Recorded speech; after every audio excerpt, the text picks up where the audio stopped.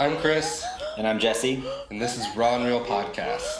We are professional photographer and videographers. And we'll be talking about everything photo and video and everything you need to know.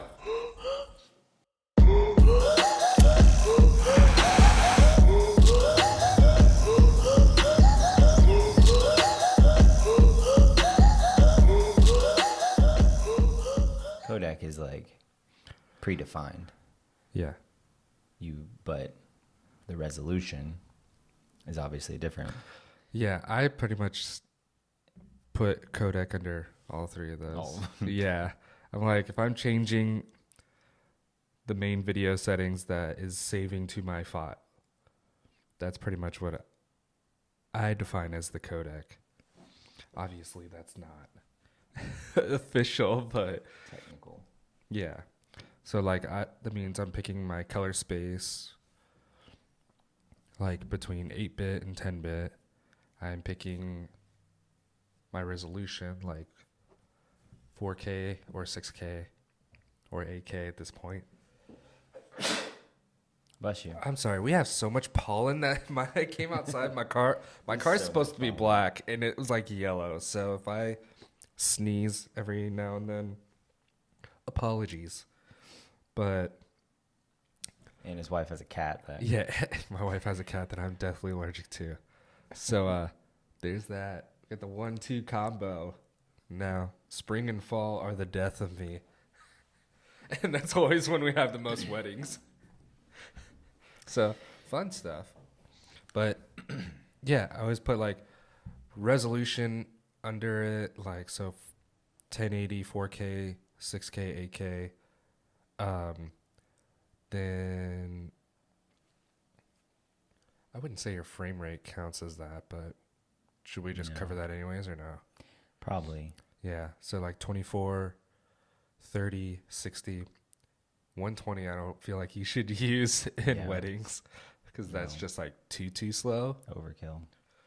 And then, was it MP4, MOV, RAW, Apple ProRes if you have that option. I feel like all those fall under the same category, as well as like All I, IPB. RAW goes under that, doesn't it? Yeah, sorry, I misplaced that one. So, welcome to the podcast. Howdy. We are going to be talking about all things video files, formats, codecs. Yeah, We codec. may be using terms interchangeably like codec for different things that maybe technically isn't codec, but just follow along with us because we'll be talking about kind of just how to set up your camera as far as what settings to use on the technical side of it. Yeah, I would say this is more applicable towards weddings. Yeah. Because we mainly shoot weddings. So yeah, and we're not going to get into every type of video shooting that you can do. no, different there's so settings many for it different because, options. You know, so we'll be talking about frame rates as well. Yeah, we'll throw that in there because that helps in the whole shutter speed debacle. And some people are like, oh, you could just crank it. And I'm like, please don't do that. So just as a general starting point, if you don't want to watch this whole episode or listen to this whole episode, I would just suggest shooting in the maximum possible settings that your camera allows up to a point. So up to about 4K, 10-bit is, for wedding specifically, I don't think anything extra is going to be worth it for data purposes, anything like that. Unless you have a specific camera, like I know GH5, GH6 can shoot in 444, I think. Yeah, that's pretty dope. Maybe 422. I think it's 444. I think it's 444. Yeah. So, anyways, if you have a camera that can do it, There's going to be reasonably, so many do numbers it. thrown around in this podcast. But you know, any camera, like I mean, if you can shoot HD and that's it, then you're shooting in HD at the top. Yeah. You know, resolution that you can. But if you shoot in 4K, shoot in 4K 10-bit, of course. Yeah. We'll give our reasoning for each one. Yes. To try and help like make more sense of it because like I'll be honest, I'm a YouTube student. I learned 90%. I did all the research for you through YouTube of digging through absurd amounts of videos and I did 5 minutes of research before we before we started filming. So I've like, gosh, there's like, I forget his name, but his videos are like an hour long, and they're super informative. So he's a genius, but he's so monotone. And I learned so much, but I was like, all right, I gotta take a break. Like, and then I look back, I'm like, dang, I still have 40 minutes left to watch. The Dan guy? I forget. No. What do you mean, Dan Watson? Yeah. I think he's good. He's Yeah. solid. I don't think his videos are that long. Oh, I don't know how long they are. No, But this he's is like definitely monotone. he's like a bald dude. No, he looks like Mr. Clean, okay. Yeah, I don't kind of, but not as like his eyebrows aren't white. But he's just so he's like, so you're gonna scroll into here in your menu settings, and if you see this option here, skip that one. We're gonna go down here, and I'm like, oh gosh, painful, but worth it. yeah. Sometimes I put on his videos just to go to sleep. It's pretty nice. He'll talk you to sleep for sure. That's great. So I would say, the easiest one I think would start off the whole thing would be resolution, Yeah. and then frame rates Yeah. would probably be the easiest way to start this off because that's the easiest one to understand. Yeah. And then we can go into all the Okay. numbery. So first off, if your camera Shenanigans. only shoots in 720, just throw it away.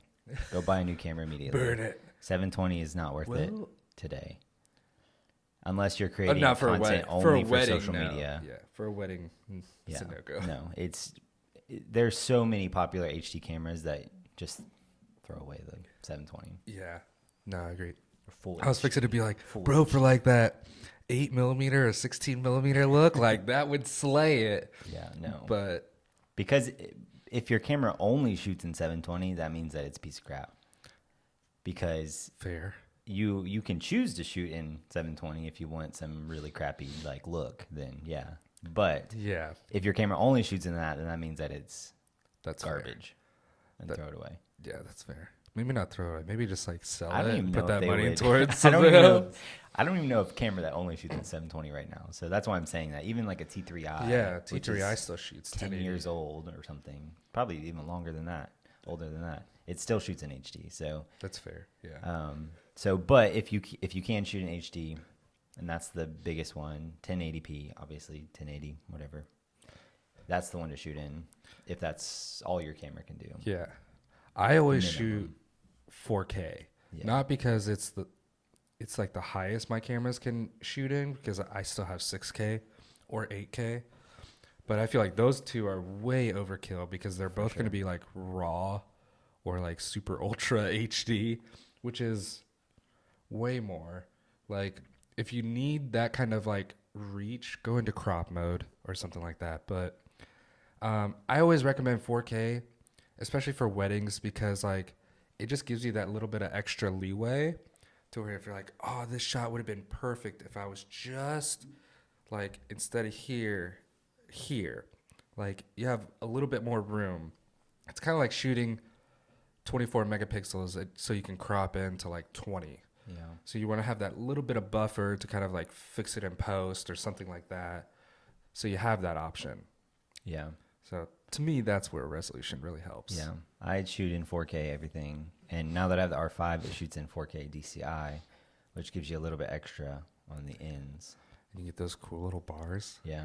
The bars is- are so cool. It that helps for like framing and stuff where you can position your clip without having to crop in. But even cropping in on high quality 4K, like the Canon's R5, R3 shoots like the high quality 4K that those produce. Yeah. You can crop in like even 125% and not notice a difference in quality because they're 100%. so sharp. And so that's what I recommend is find a 4K camera that can shoot in 4K. But not all 4Ks are created equally. There's some Very 4K true. that's terrible. And the 1080 is actually better quality than the 4K because, you know, even though both of us shoot in 4K and export in 4K, right? You export in 4K. Some people shoot in 4K, export in 1080, which is cool too. But even though we shoot in 4K, like there's probably 3 people that view it in 4K. Probably, because You let's know, be collectively honest, among most us. people are watching it on their phone, And they don't bother to go into options, advanced resolution, 4K. You know, No. only weird people like me and you do that on YouTube. 100%. So, I'm just like, this the- is not as sharp as it should be. yeah. So for the most part, they're watching it in 1080 anyways. And then Instagram like compresses the crap out of your stuff. It poops on all of your content. And I think just now they're supporting 1080 and stuff. Just now? Yeah, like within the last year or so. Before it was 720, and before it was even smaller than that. It was like 240 or something, is what they were supporting on the What? main feed. So clearly 4K is not here Jeez, yet in yeah. the terms of consuming. Yeah, Producing, we're definitely producing in 4K, but Yeah, you know, because I mean, if you watch TV like live broadcasting, that's all broadcasted in 1080p. yeah, I mean, and those cameras are thousands and thousands of dollars. Yeah. So, like, even they're just streaming it. yeah. in So 1080. definitely like research your specific camera to see if the 4K is good or better than the 1080 that it shoots in, because a lot of times the 1080 can be better because it's more easily compressed and smaller file sizes. So the 4K is usually sometimes just like a marketing technique, marketing tool They'll that just- some cameras use that they're not. It's not as great as They'll just slap 4K Yeah. on it and be like, it's a 4K camera, and you're like, okay, cool. And then you look into it and you're like, it's kind of trash though. So, but if Like- you have a pro mirrorless camera like a Canon or a Sony or even Fuji's, the 4Ks are pretty good. Yeah, 4Ks are pretty solid. A lot of people complain about the R5's like standard 4K.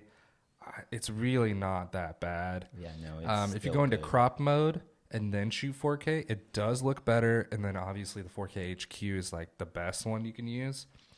But then you also kind of like make the camera susceptible to overheating. So like there's so many different workarounds with every camera. Like the A7 III, in my opinion, can't handle S-Log 3 because it's only an 8-bit camera.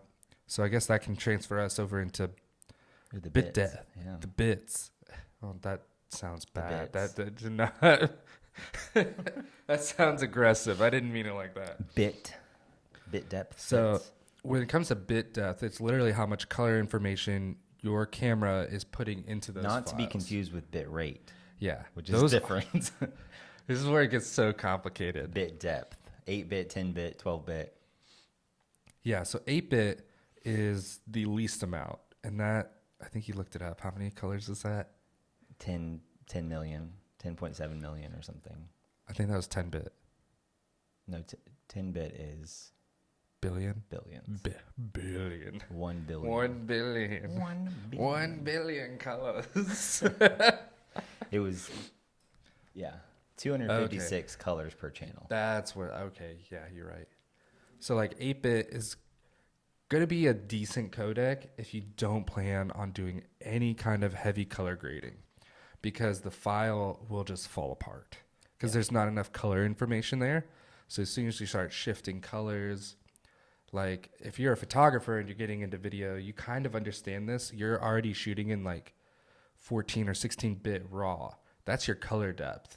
So when you're taking your photo and you go to screw around with all the colors and shift them and whatnot, and you don't see any banding, that's because you have all the different shades of color throughout that shot, and your sensor has captured all of that information. Yeah. So obviously 8-bit falls apart pretty easy. Yeah, 8-bit is like shooting in like a basic JPEG. Yeah. And I would say 10-bit is more closer to like a raw file. Yeah. Obviously 12-bit is going to be more your, like a JPEG though. Than Yeah. a RAW. So it's that gonna be like a HEIF. 8-bit, 10-bit. We won't talk about 12-bit because those are pretty advanced cameras usually. Those are usually a raw file. Yeah, and so basically 8-bit versus 10-bit, and the difference in those, I say, matters to kind of crosses over to what profile you're shooting in. Agreed. So a lot of cameras nowadays can do a logarithmic profile, and they can do 8-bit log, which I would probably say is not worth it. Yeah, no. But 10-bit log, so I think that kind of is where it goes, is like 8-bit standard or neutral, kind of a flat profile Yep. in camera where then you can correct it afterwards versus a 10-bit log profile.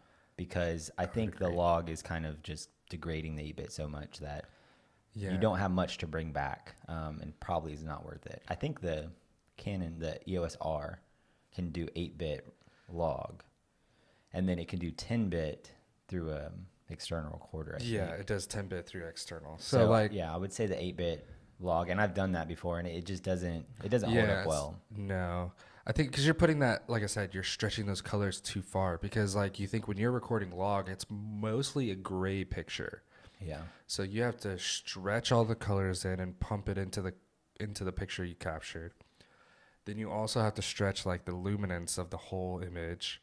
So not only are you adding a corrective LUT to it, that's already probably the most that 8-bit can handle, like if you're shooting in log. But let's be honest, you're throwing some kind of other LUT to color it and to stylize it, or you're grading it yourself by eye and you're stretching the colors even further and screwing things around. And so like, which in a perfect scenario where the lighting's all good and everything's controlled, it'll look good, but the problems come in when there's problem areas, as far as if it's a little bit underexposed to like overexposed, if you're in like outside with like sky and in the background, or if there's like a really dark foreground, that's when you'll have problems where the banding and the or if pixels will start showing.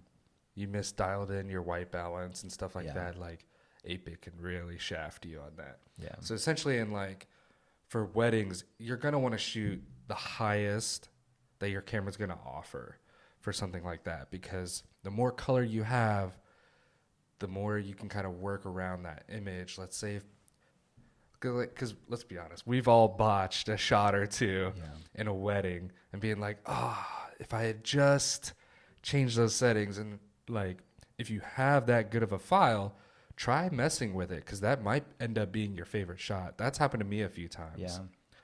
And because it was in 10-bit and the colors were shot, like I've been able to turn some clips like, this sounds terrible, I turned some of them like black and white, but because it was in 10-bit, like there's still a smooth gradation. So I wasn't able to fix the colors, but making it black and white is still a usable thing. So things like that help out so much. So if you're shooting a wedding, go for the highest bit. Yeah.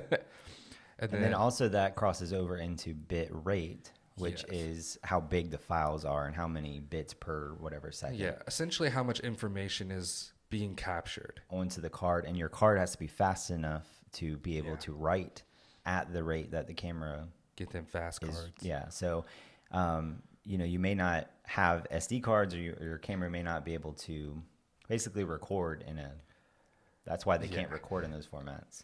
Yeah, there's so much that happens through that spot right there, because like, let's say you pick 10-bit at, usually like once you pick your bit depth, you're going to have to pick which color it's recording in, like 422, 420.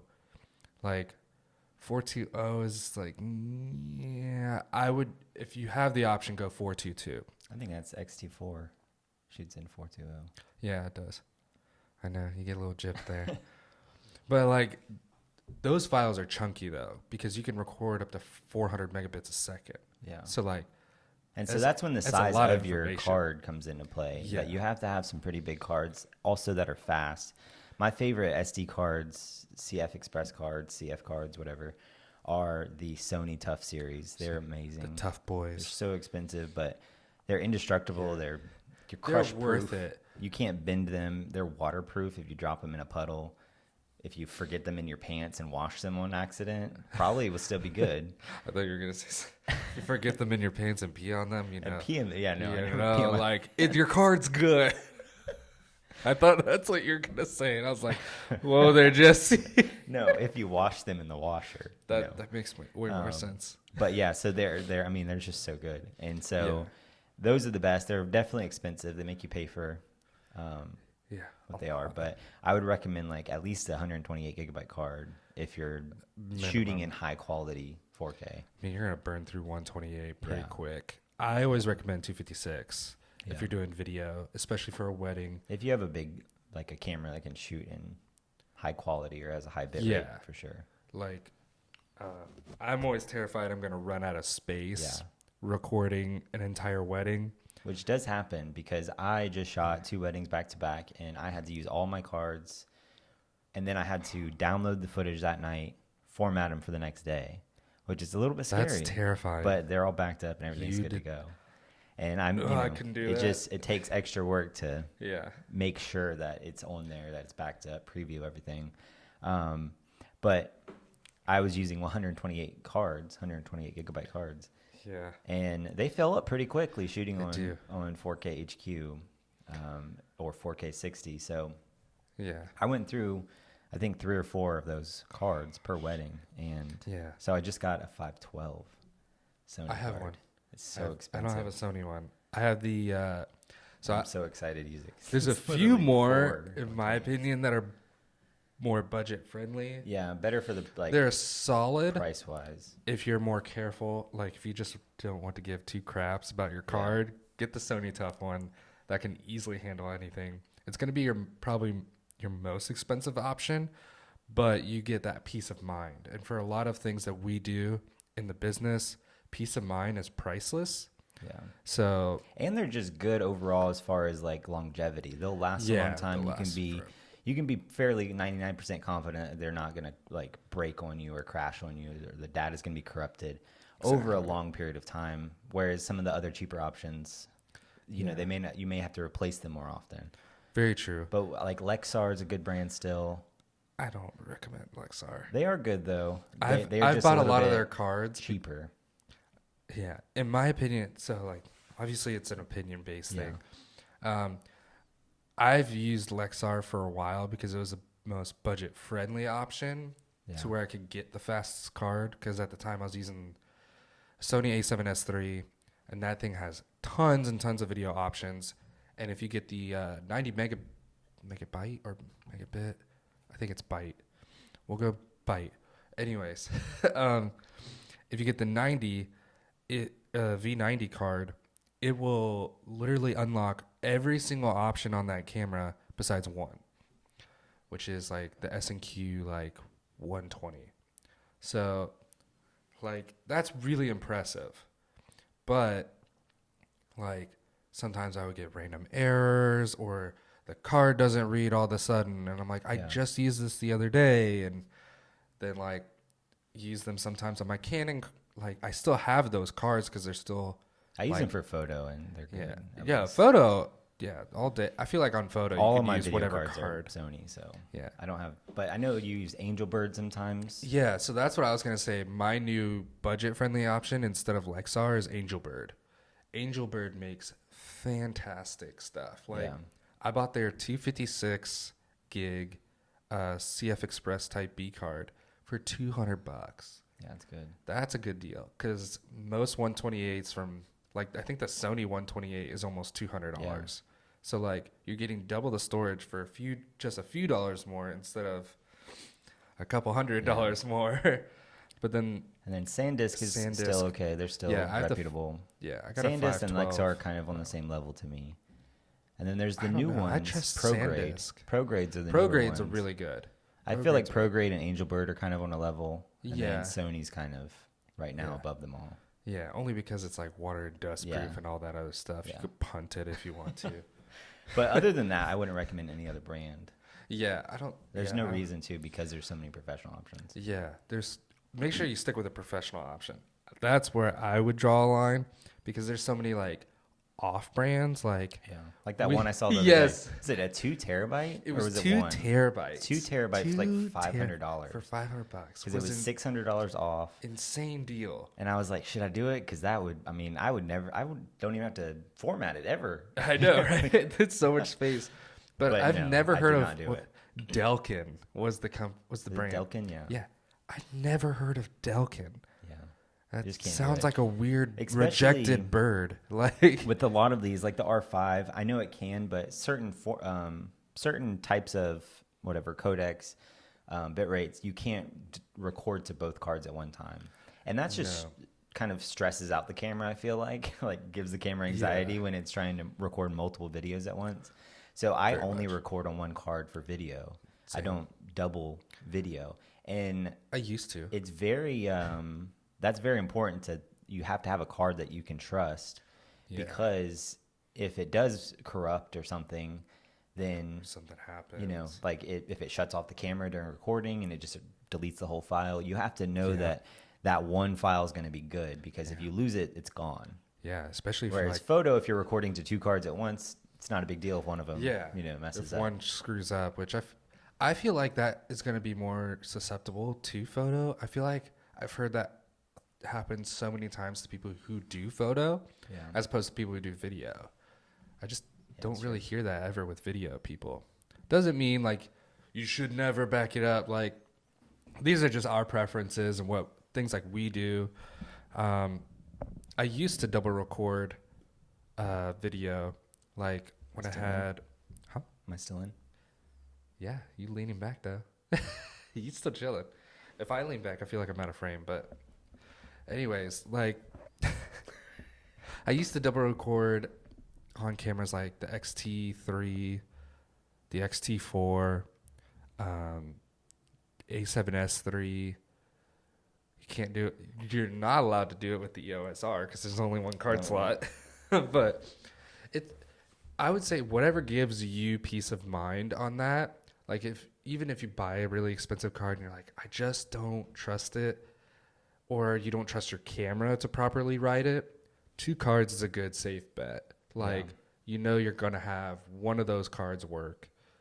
Like if you ever had a failure before, which I have had 1 or 2 times On your card? yeah, it was more so the camera. It was not the card. It just didn't write it properly to one, so the file was corrupted. But it was written to the other I've had card. that. So, like, yeah, I would say whatever gives you peace of Man, mind. one time I was recording, which it wasn't a wedding, so it was just me recording, like myself making coffee. But I had recorded on the R, and it was like a 30, 45-minute clip, or 30 minutes, because I couldn't record over 30. And I think I shut it off. I turned it off while it was still recording, and it deleted the whole file, which I didn't think was possible. But My heart would break and melt. luckily, it was just a side angle of me making coffee, so it wasn't like a big deal. I already had. It's like, dang, you make that pour over. I feel like I know way more coffee terms than any other thing, and I don't drink coffee. That's crazy. I would recommend just going ahead, selecting the highest bit rate that is available with the color profile that you picked. Yeah. If it says 10-bit, you still want the most information in that 10-bit. So it'll probably say like 200 megabytes a second. Go ahead, select that option. Just pick that one. Like you'll be more thankful that you did later, because that's the more information, also the easier it is to stretch that file. And also, so just to double up on that, you can find the camera tech specs like online. Look at your specifications, and it'll tell you every format it can record in and the bit rates that it uses for each file. And so it'll show you what the bit rate is, and you have to have a card that can match that. Yeah. So like you'll need a minimum of what the bit rate is.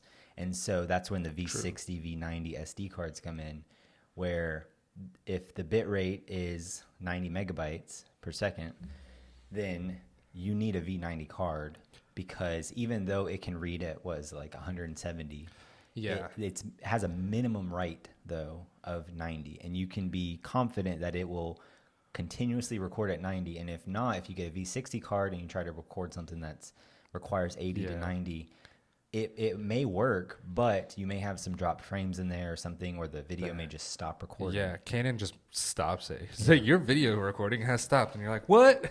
And you can, I know in Blackmagic you can say like, hey, it's detected dropped frames. Do you want to continue? Do you want to but you have to have the SD card or CF Express card.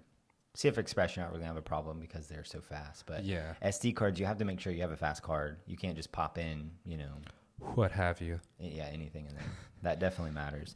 So I think next up is just talking about log profiles again. We skipped frame rates. Frame rates. I feel like that's kind of last. That's like, I mean, I guess that's part of. It's pretty picking simple your to kind of file. cover too, though. Yeah. But I mean, usually what you'll want to pick the frame rate that best suits you and the story you're trying to tell. If you don't want a lot of slow motion, you want it more like maybe documentary style or something like that. 24 or 23.97 is going to be your best bet. I like to record my ceremonies in 24. There's no reason for slow motion in a ceremony. So this is all also, we have to preface it by, in Final Cut or Premiere, your timeline that you're going to be exporting in, the final video you're making, you have to just kind of say is always going to be 24 frames per second. Because you can make a 30 frame or a 60 frame video, which is, it's just not worth it. Like, it's not, just get on kind of a continuing basis where you always do 23.98, 24 frames per second. Yeah. And you don't have to worry about that. And then after that, you pick if you want it in, just full speed, and no chance of slowing it down at all would be 24. Yeah, would be 24. So like usually, I don't know. So times that, like you said, ceremony. Yeah, ceremony is the only thing I really film in 24. And I do, from myself, I don't think you do this, but toast and speeches I record full, and that's part of my ceremony. Kind of, I'd go ceremony film and a toast and speeches film. Yeah, if they really want it. And so I just go ahead and record those. I record those at 24 because there's no reason I would need to slow that down. Yeah, it's more so like just thinking about like, do I really need this slow down or do I not? Like, I'll be honest, everything before the ceremony I record in 60. Just to have the option, because in post you don't necessarily have to slow it down. Yeah.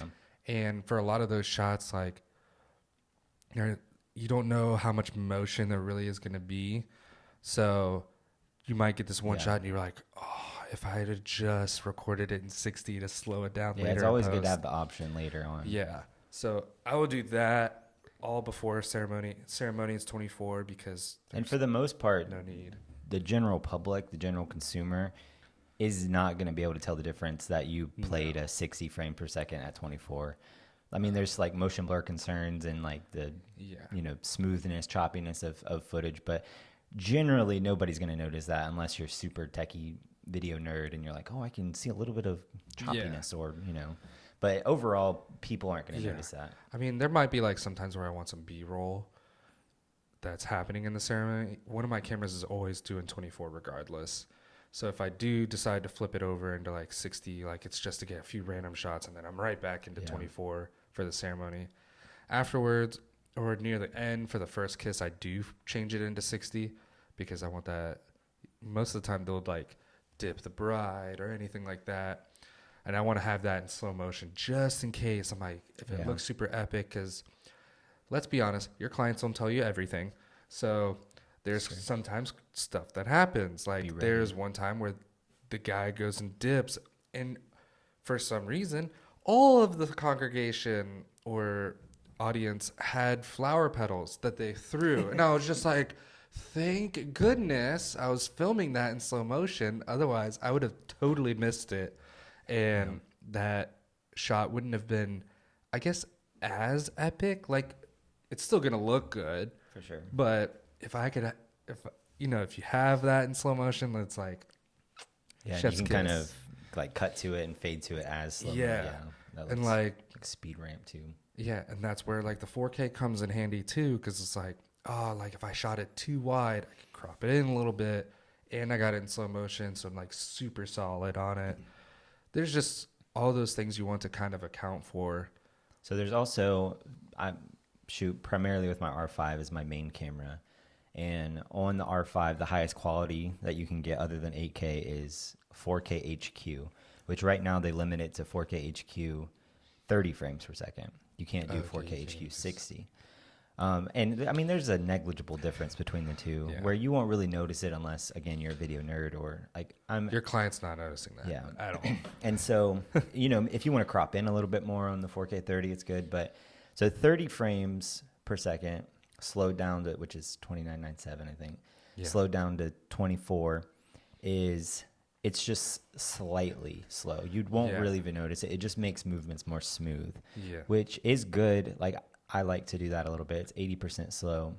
And then 4K 60 is the next option, which you said is Yeah. that's more of like what you would see as slow-mo. Yeah. And then there's one step above that 120 that a lot of cameras can do, which I think we both agree that yeah. it's an overkill for a wedding. Yeah, I would never use that in a wedding. It's just too slow. Unless there's for like a wedding. champagne pop or something, you want to do like some crazy little thing, or like jumping in the water or something. Yeah, there's where it always would those be- little one-offs where it's like, because there's action and then there's like sports-like action. Yeah. So if it's just like normal action, like I said, like the dip and they threw flowers, like you could do that in 120. But 120 slowed that's down to so 24 slow. is very It's slow. very slow. And a lot of times cameras, not necessarily cripple it, but cameras have a lot of like not difficulties, but like they take a lot of features away. Yeah. Like some don't do autofocus when you're there. autofocus is gone, no sound audio. recording. So there's some kind of difficulties to recording 120 that Yeah. cameras do, and Definitely then quirks. and then they'll like record it in 120, but then give it to you as a 30 frame per second file or something, which is Yeah. super. It's weird to use. There's a lot So of weird stuff. and it's super high bit rate. So It's a lot of information, and it could also ruin the flow of your wedding video. yeah, A lot of people don't think about that. They're like, "Oh, but I have that in super slow motion, so I know it's safe." And Yeah. it's like, yes, but that could also ruin that whole flow and vibe. Because let's be honest, when you shoot 120, you kind of want to use it in Yeah. 120. Like you mentioned, the champagne pop. Like I did a shot like that, and I filmed it in 120, and like I'm left with a clip. It was like the On your whole timeline, yeah. the whole timeline is like this big, and then it's like the champagne pop. yeah, and you're like, I can't use And I had to like buffer through and just pick out like a little section of it. yeah, And I have this giant file for this. yeah. In real life, So it's it's like not worth 0.5 it. No. or a second of a clip. So So in general, if Just you're not starting worth it. out and your camera can, let's say it can only shoot in HD 1080p, like I would recommend shooting in 1080 60. Most likely, if your camera is limiting you to 1080, it can only shoot in 30 frames. That's going to be the max. yeah, Not a lot can do 1080 60 and not do 4K. So if your camera can do 1080 30, then just shoot in 30, and then that's as about slow as you can do. Still export in 24, and nobody's going to notice the difference. very true. If you can shoot in 4K, I would recommend 4K 60. And just starting out with that and shooting the whole wedding in 4K 60 and not worrying about your frame rate yet. You Agreed. need to be able to adjust that in the future, but at least right now, like if you're just starting out, just Yeah. shoot in that, and that's kind of like it's like a safe bet. You know, you're Yeah. able to slow it down if you need to. You can play it at full speed, and you'll 100%. be fine. Yeah. So like, I would say that one of the last things that you'll find, or I guess there's two things that you'll find. One that's pretty easy we can pretty much knock out of the way really quick for you is you'll see IPB, all I, and then raw. Let's be honest, there's very few times, if ever, that you should shoot raw at a wedding.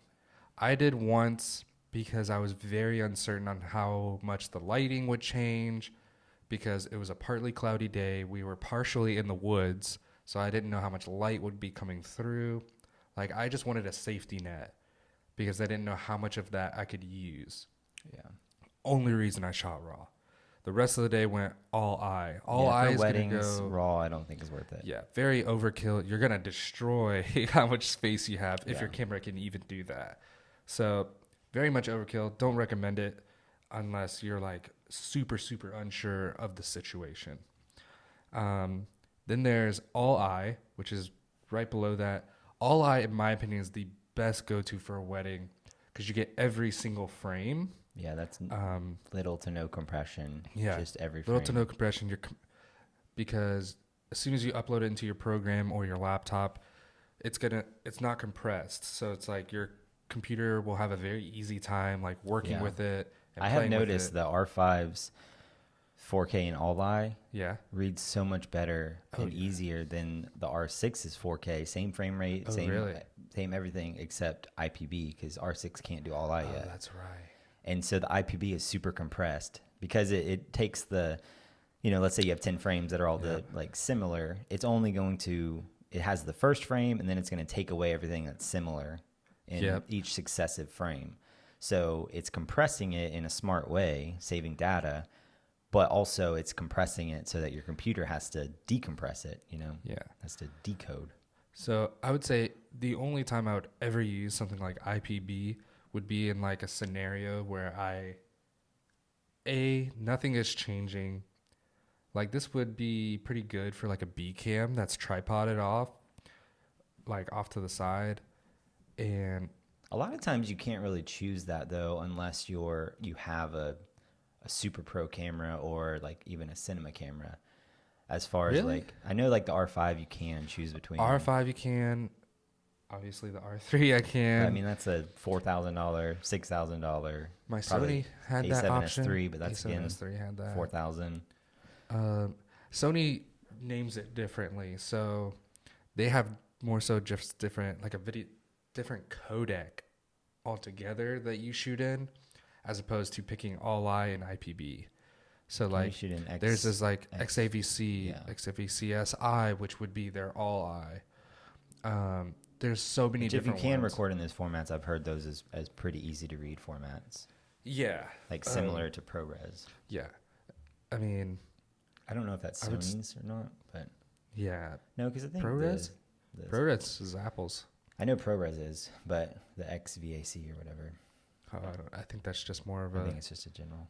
just a general codec and how So I they know Ninja can do it. decide to label it. Yeah.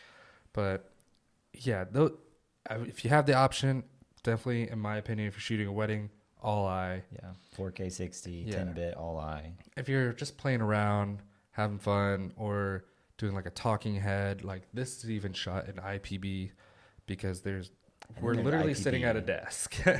There's all eye light, IPB light. Yes, there's so many different So things. many. Yeah. I would say try to keep it as simple as possible.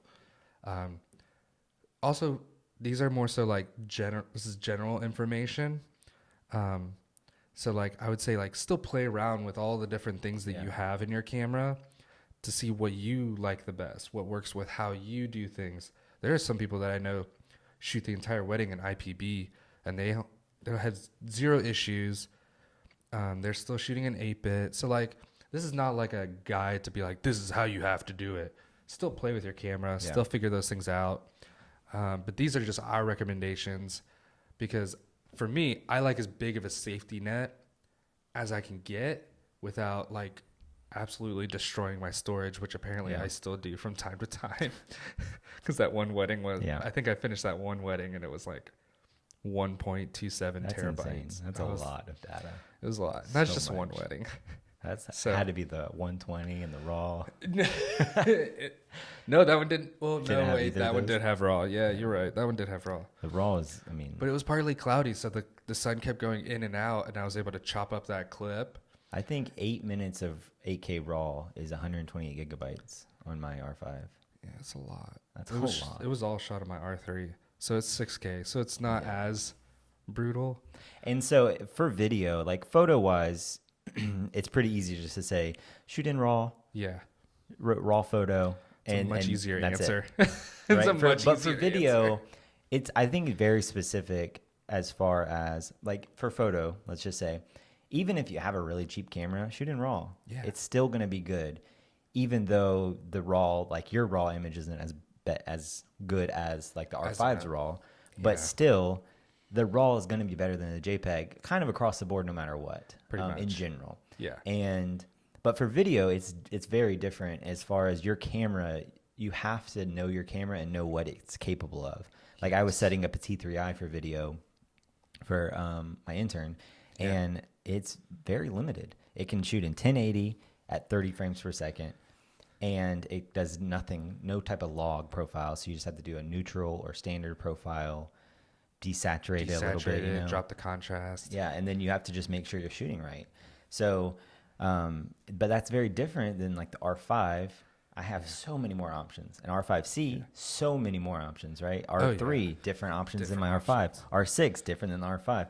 EOS R, different than both of them. So very each camera is itself, and you have to kind of know your camera and know what the best for your camera is. So I 100%. recommend getting on YouTube, searching Yeah. Canon R5 best video settings, and there will be some dude that has a video 9 times best out of 10 video there's a dude. settings. Yeah. Maybe it's me in the future, maybe it's you, but Probably not. I would suggest that because there's no way to know your exact camera best settings before, like without us shooting on it. Like I would Yeah. have no idea what the best settings on the Sony is unless I started to play with it. And then I could say, this is probably it.